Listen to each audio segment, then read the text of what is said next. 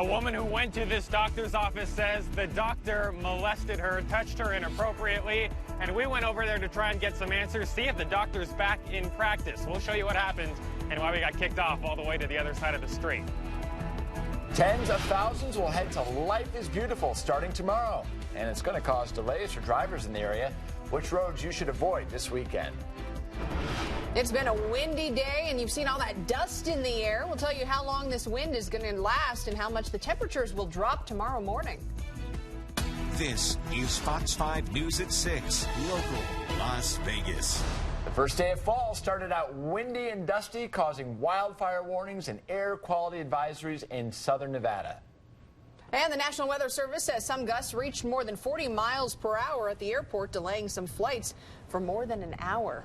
The wind may stay around for a little bit longer. I'm John Huck. I'm Christine Medella. Let's check in with Fox 5's chief meteorologist Ted Pretty with a look at this windy forecast. Yeah, the worst of the wind certainly behind us after the passage of that cold front. We've also started to see some of the winds decrease. We're right around the 30-mile-an-hour range. But look at your top gust. Nellis Air Force Base, 52 miles an hour. Mid-40s, Henderson, North Las Vegas. McCarran, 41 miles an hour. Kyle Canyon, 60 miles an hour up there in the mountains in Red Rock Canyon at 50. We still have wind advisories blanketing the Fox 5 viewing area through 8 o'clock tonight, but those wind speeds have started to decrease. Drier air has moved through, 79 degrees, but we also have that dust out there, an air quality advisory, and it appears from this shot that dust actually becoming worse than it was just an hour ago.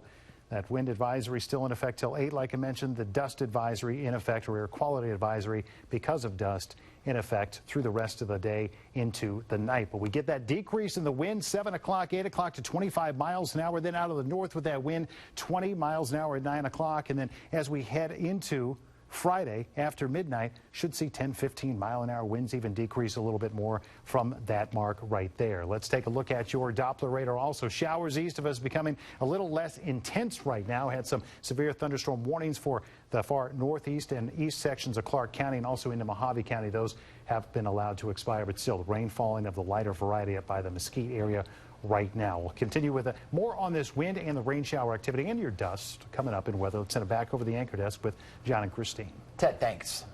We have more details now about allegations against a doctor in North Las Vegas who's now behind bars, or who was behind bars this week. One patient says the doctor touched her inappropriately, and at least one other patient coming to his defense. Fox 5's Adam Hurwitz joins us live now, more outside the doctor's office. Adam?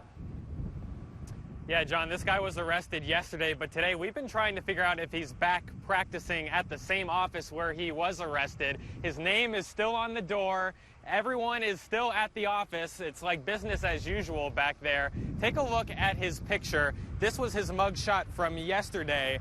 Nobody in the office would tell us, though, where he is today, whether he's at home with his wife or whether he's back at work. The person who turned him in says before she was ever molested, she knew something was up for a little while. She says he was always flirtatious at first, then it progressed to some hugging, then it got worse kissing, and then inappropriate touching. We're not exactly able to put a lot of these gory details on the news per se, because it does get a little graphic at points when we read this arrest report, but it does get bad. We're not sure how many victims there were, how many came forward, but he is facing 3 criminal charges.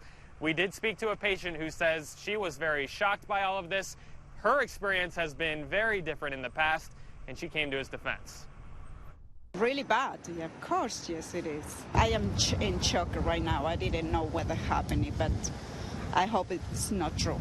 I'm going to continue to see him, and I hope everything coming right with him. She came to his defense, but she didn't want to put her face on camera, especially if these allegations do end up being true. We've reached out to the doctor in so many ways. We've called him, we've gone to his house, we've gone to his office. We haven't been able to get a hold of him for any sort of statement or his defense attorney.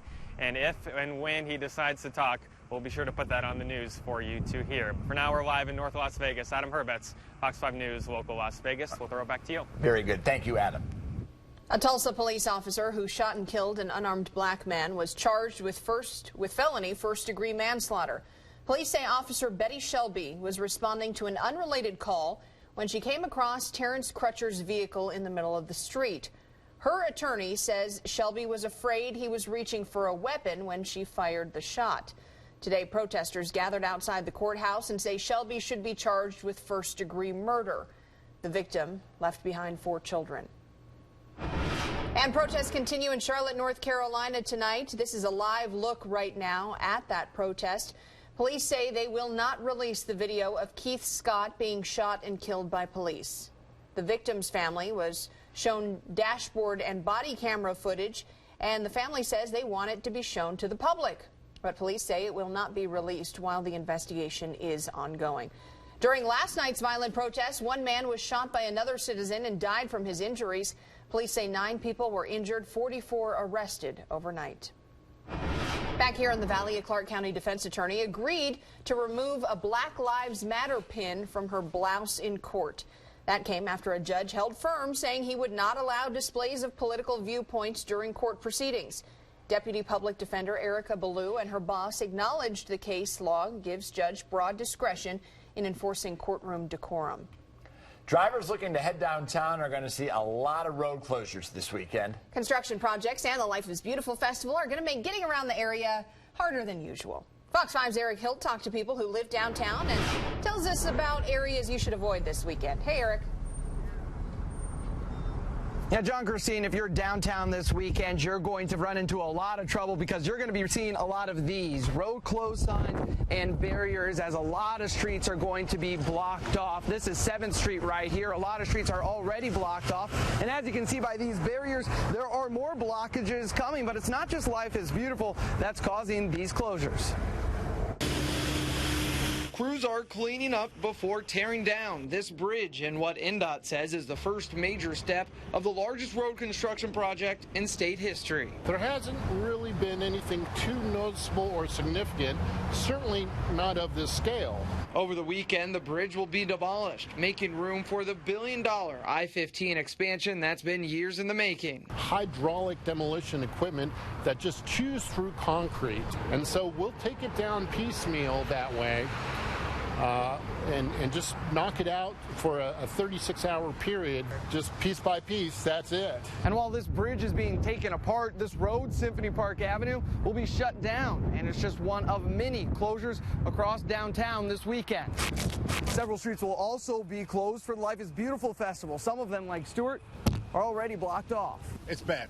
Sucks, kind of. This map shows the closures that run from Bridger to Mesquite and Las Vegas Boulevard to 11th, creating headaches for downtown drivers and for people who live in the area, who say they'll have to take a roundabout way just to get home. The people that live around here have to go an extra mile to get home. And I'm disabled, and I got to go all the way around, out of my way, to get home. Where my house is right here, 3 blocks away. So if you are headed downtown this weekend, what you're going to want to do is head to our website first, fox5vegas.com. On our website, we will have all of those closures. That map that you just saw let you know what streets are blocked, so you know what areas to avoid, what streets you can't go on, and to try and make this a little less confusing for you if you're trying to navigate these roads over the weekend. Reporting live, Eric Hill, Fox 5 News Local, Las Vegas. All right, thanks for painting that picture for us, Eric.